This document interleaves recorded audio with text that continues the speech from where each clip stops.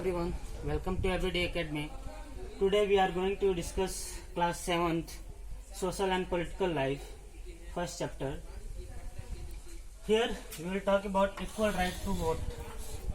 First, equal right to vote and equality in Indian democracy and sustainable development goal and MDM civil rights movement. Equal right to vote. In democracy, what is democracy? I will tell you that what is democracy. Democracy is that in which the government that is run by the people, for the people and to the people. It means that democracy वह होता है जिसमें जनता के द्वारा जनता के लिए और जनता ही जिसको चुनती है वही वहाँ पर डेमोक्रेसी माना जाता है. जैसे हमारे इंडिया है, ये यहाँ पर अब डेमोक्रेसी है, यानी कि लोगों को इक्वल राइट मिलेगा वोट करने के लिए. There is equal right to vote. In democracy all people have equal right to vote. In India, there is whoever is having 18 plus can vote, can cast their vote. And in the starting, people have no equal right to vote. The New Zealand, especially for women, the New Zealand was the first country who provided women's to right to vote, for right to vote. It means that New Zealand पहला ऐसी country था जिसने women's को जो है right to vote का अधिकार दिया. Equality in Indian democracy. अगर हम बात करें इक्वलिटी इन इंडियन डेमोक्रेसी कहाँ तक है, तो हम बात इक्वलिटी इन इंडियन डेमोक्रेसी, तो ये आर्टिकल 14 to 29 तक आता है. Article 14 to Indian constitution article 14 to 29.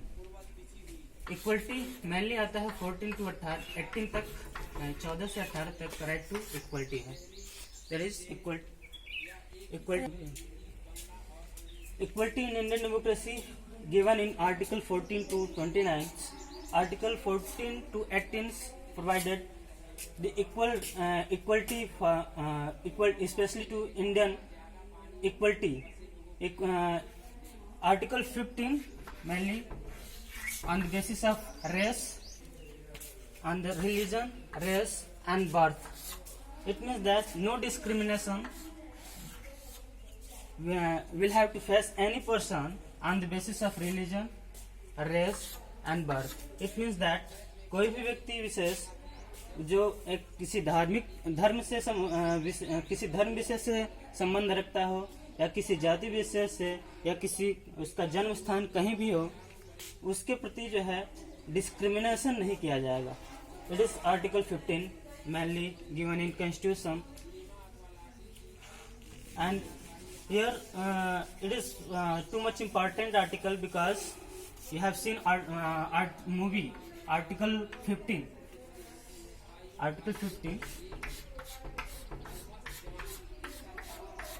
Sustainable development goal. What is sustainable development? Sustainable development is that in which we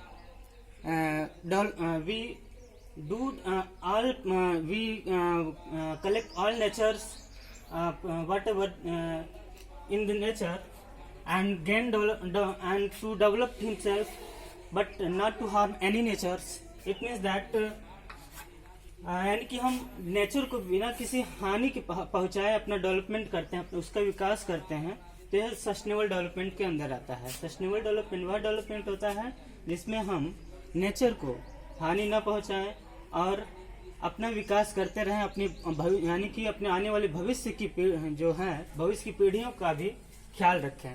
जैसे हम वाटर का यूज़ करें तो वाटर का यूज़ मिसयूज ना करें, उसका सही यूज करें.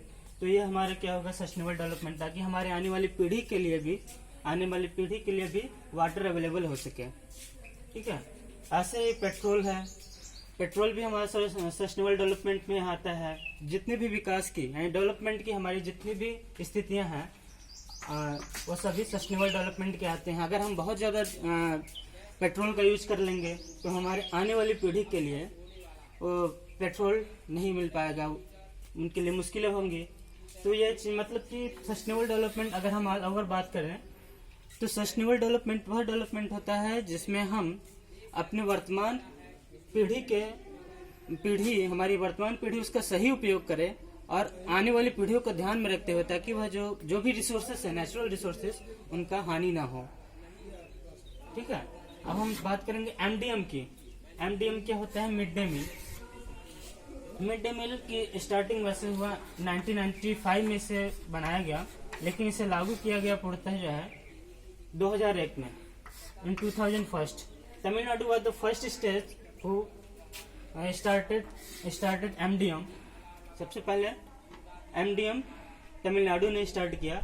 उसके बाद सभी राज्यों को सुप्रीम कोर्ट ने ऑर्डर दिया कि विद इन 6 मंथ ये सभी राज्य, इंडिया के सभी राज्य MDM अपने यहाँ स्टार्ट करें। मिड डे मील, जो कि मिड डे मील क्या है? जो दोपहर में जो लोअर क्लास के बच्चों को जो है भोजन प्रोवाइड किया जाता है, वही MDM होता है, मिड डे मील। ठीक है, क्लियर? तो ये भी MDM क्यों लागू किया?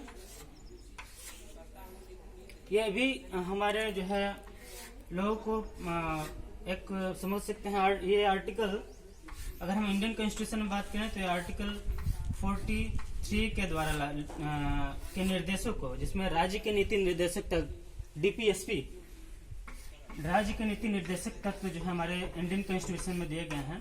Directive principle of state policy, directive principle of state policy, राज्य के नीति निर्देशक तत्व जो भी हैं, तो इसमें आर्टिकल 43 है, उसको लागू करने के लिए MDM चलाया गया। तो MDM चलाया गया तो पहला स्टेट कौन सा बना? तमिलनाडु बना। कब लागू किया गया? 2001 में। सुप्रीम कोर्ट ने उसके बाद सभी राज्यों को, इंडिया के सभी राज्यों को यह निर्देश दिया कि विद इन 6 मंथ वो अपने राज्यों में MDM लागू करें।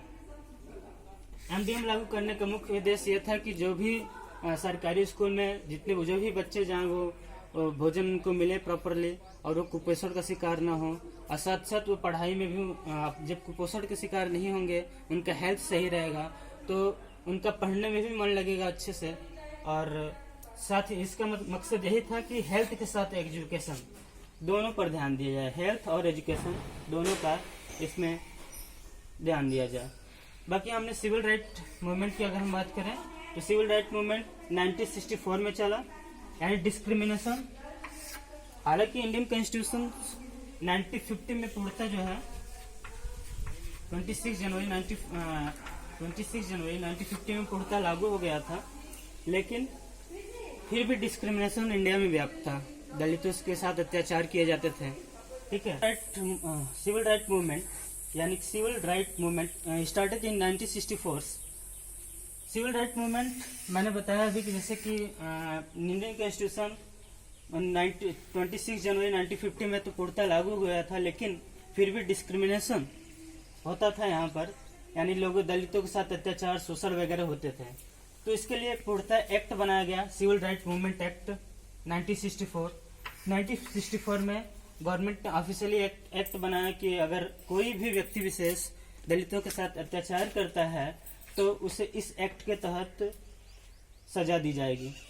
तो वो जो भेदभाव, जो डिस्क्रिमिनेशन है, वो इस on the basis of religion, किसी धर्म विशेष के से, आप जैसे कोई हिंदू है किसी मुस्लिम व्यक्ति से डिस्क्रिमिनेशन नहीं कर सकता है। डिस्क्रिमिनेशन मतलब भेदभाव। और रेस, किसी जाति विशेष से, किसी मतलब कि SC ST है तो कोई जनरल है तो उससे on the basis of race उनके साथ डिस्क्रिमिनेशन नहीं करेगा, इक्वली सबको ट्रीट करेगा। ऑन द बर्थ मतलब कोई व्यक्ति विशेष अगर यूपी में पैदा हुआ है और दूसरे व्यक्ति विशेष महाराष्ट्र में पैदा हुआ है या पश्चिम बंगाल में पैदा हुआ है तो वो उसके साथ इक्वली ट्रीट आएगा। ऐसा नहीं है कि उसके साथ गलत, वो ऐसा फील करे कि वो महाराष्ट्र का है वो अलग है, वो उसके साथ डिस्क्रिमिनेशन मतलब ट्रीट करे। तो ऑल ओवर हम बात करें तो डिस्क्रिमिनेशन को पूर्णतः समाप्त करने के लिए 1964 में इंडियन गवर्नमेंट के द्वारा civil rights movement act लाया गया for abolition of discrimination. Okay, thanks.